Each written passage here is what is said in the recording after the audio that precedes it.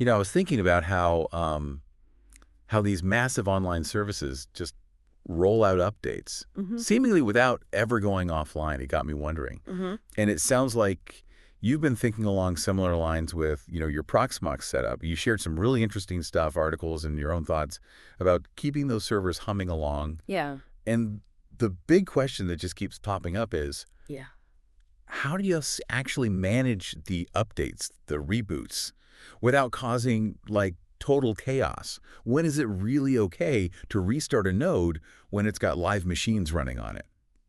Well, that's the million-dollar question for anyone running infrastructure, isn't it? We absolutely know we need updates, security, new features, all that. Right. But yeah, the thought of interrupting things, especially when you've got a cluster working together, it can be pretty daunting. Totally.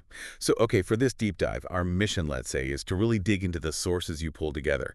We want to pull out the practical ways, the key ideas for updating and rebooting Proxmox effectively. Hmm. We need to figure out how to minimize that downtime, avoid those oh no moments. It's really about finding a predictable and maybe even a calm way to keep everything running smoothly. And what's good about the materials, it shows different people are doing it different ways, real world stuff. Okay, let's jump in. The basic problem, as I see it, is this tension, right? Updates and reboots. Non-negotiable for a healthy system.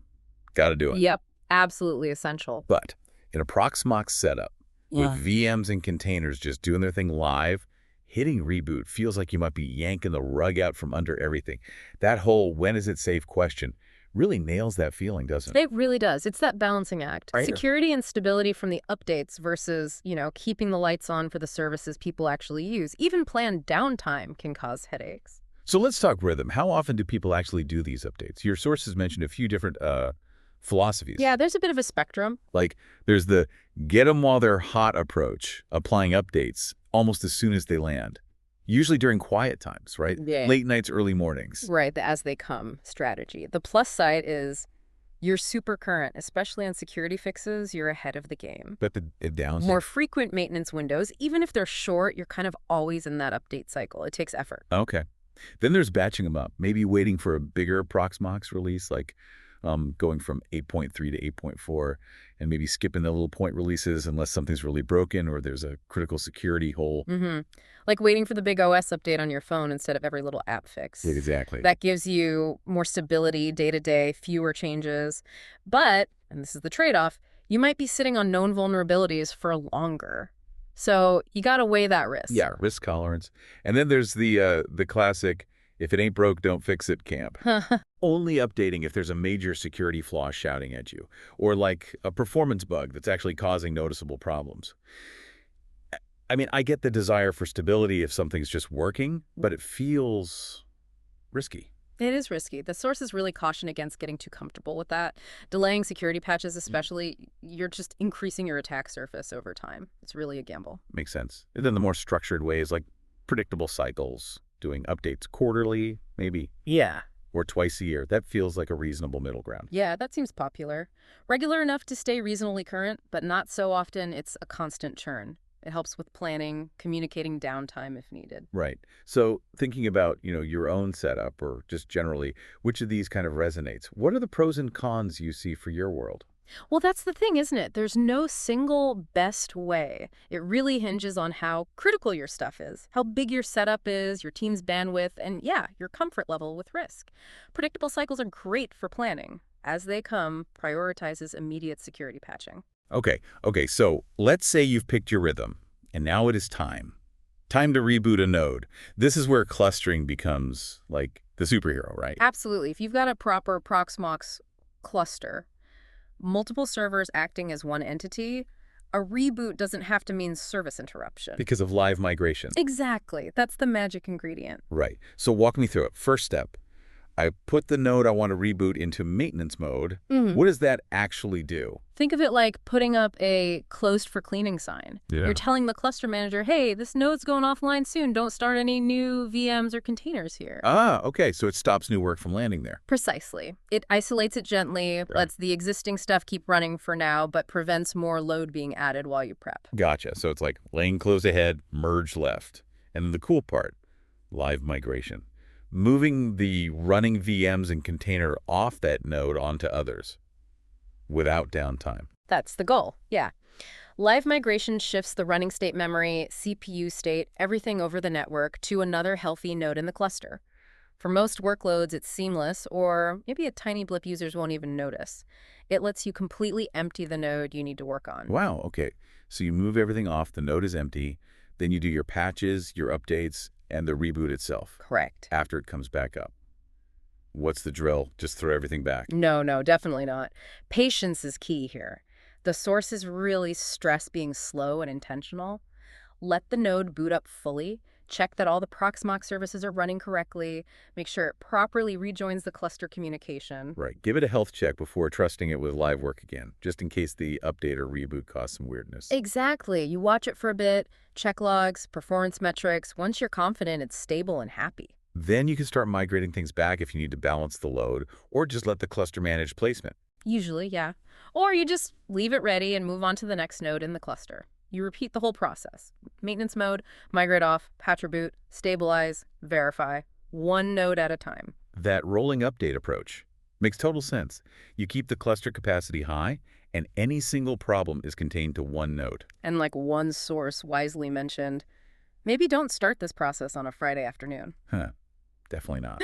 Avoid the weekend troubleshooting marathon if you can. Good advice. Very good advice. Now, something else that jumped out was KernelCare. This idea of patching the Linux kernel without rebooting at all. That sounds almost like cheating in a good way, especially for supercritical systems. It is pretty innovative. It targets that very specific pain point. Kernel security patches always used to mean a reboot. No way around it. But KernelCare finds a way. Yeah, essentially, it applies tiny binary patches directly into the memory of the running kernel. It fixes the vulnerability on the fly. So how does it work in practice? Install an agent, get a license, and then it just hums along in the background. That's the gist of it, yeah. The agent checks for new patches relevant to your running kernel version and applies them automatically without disrupting services. And crucially, the source is confirmed. It plays nice with Proxmox's kernel and the whole QEMUKVM virtualization stack. Right, compatibility is key. It is a commercial product, though. There's a cost. But I can see the appeal. For those systems where even a few minutes of scheduled downtime is a massive problem, does that peace of mind justify the cost? For many businesses, absolutely. When uptime is measured in dollars or reputation, avoiding those kernel reboot windows can be incredibly valuable. It significantly reduces risk and hassle for those critical security updates. It's another tool in the toolbox. Right, makes sense. Okay, let's shift back to practical strategies people are using. We talked rolling updates, but the dev staging CROD idea also came up. Testing updates somewhere else first. Oh yeah, that's fundamental best practice, isn't it? Have a test environment that looks like your production setup. Try the updates there first. Bring things in the lab, not in front of customers. Exactly. It lets you find any weird interactions, any unexpected issues caused by the update before it hits your live systems. Reduces uncertainty massively. And I like the simplicity of the one node per month idea, too. Just pick one server, cycle through them each month. Seems manageable, less overwhelming than a big bang update. Yeah, for smaller setups or teams, that kind of steady rotating schedule can work really well. Spreads the load, lets you focus, less stressful. And for the bigger places, automation seemed key. Scripts or tools to handle the migrate, maintain, reboot, verify cycle. Oh, definitely. Once you get beyond a handful of nodes, doing it all manually becomes tedious and error-prone. Automation brings consistency, speed, reliability, frees up humans for harder problems. And underlying all of this, monitoring. Watching the logs, the system metrics, especially during and right after an update or reboot. Got to keep an eye out for trouble. Absolutely critical.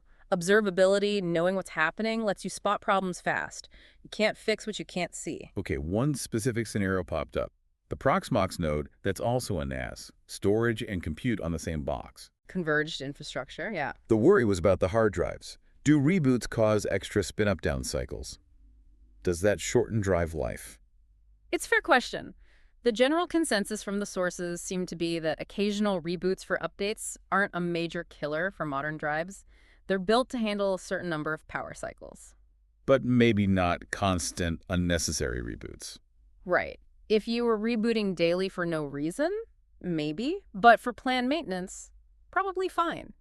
And there are tools, like HDPAR mentioned in the sources, to tweak spin-down timers if you're really concerned. But the ultimate fallback, the real safety net, especially when data's involved. Backups. Verified backup. Verified being the key word. It's not enough to just run the backup job. You got to test restores, right?